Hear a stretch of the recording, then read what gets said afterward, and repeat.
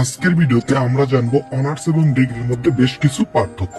তো এই ভিডিওর মাধ্যমে যদি আমাদের চ্যানেল নতুন এসে থাকেন তাহলে ভিডিও নিচ থেকে আমাদের চ্যানেলটি সাবস্ক্রাইব করে আমাদের এই ধরনের ভিডিও তৈরি করতে উৎসাহিত করুন। তো চলুন দেখে নিই অনার্স এবং ডিগ্রির মধ্যে কি কি পার্থক্য রয়েছে।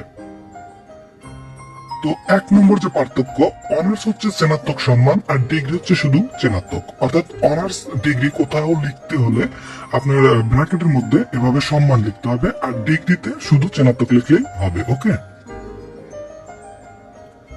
দুই নম্বর যে পার্থক্য রয়েছে, অনার্স হচ্ছে 4 বছর মেয়াদী একটা কোর্স এবং ডিগ্রি হচ্ছে 3 বছর মেয়াদী একটা কোর্স। অর্থাৎ অনার্স করতে 4 বছর সময় লাগে এবং ডিগ্রি করতে 3 বছর সময় লাগে। ওকে।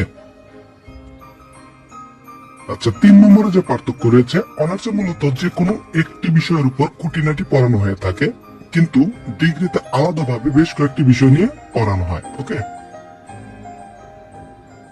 4 নম্বর যে পার্থক্য রয়েছে, অনার্স করার পর মাস্টার্স করতে 1 বছর সময় লাগে, কিন্তু ডিগ্রি করার পর মাস্টার্স করতে 2 বছর সময় লাগে।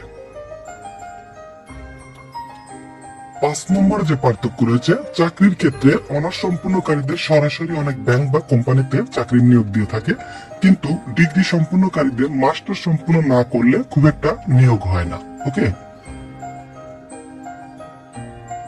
6 নম্বরে যে পার্থক্য রয়েছে, অনার্স শেষ করে সরাসরি বিসিএস দেয়া যায়, কিন্তু ডিগ্রি করে মাস্টার্স না করলে বিসিএস দেয়া যায় না।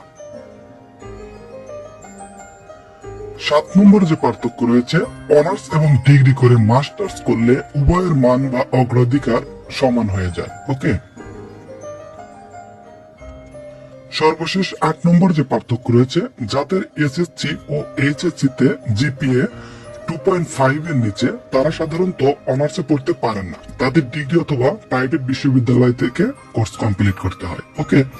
তো এই ছিল অনার্স সম্পর্কে গুরুত্বপূর্ণ কিছু পার্থক্য আমি তুলে ধরলাম। তো ভিডিওটা ভালো লাগলে অবশ্যই একটা লাইক দিবেন এবং শেয়ার করে আপনাদের বন্ধুদেরকে দেখার সুযোগ করে দিবেন।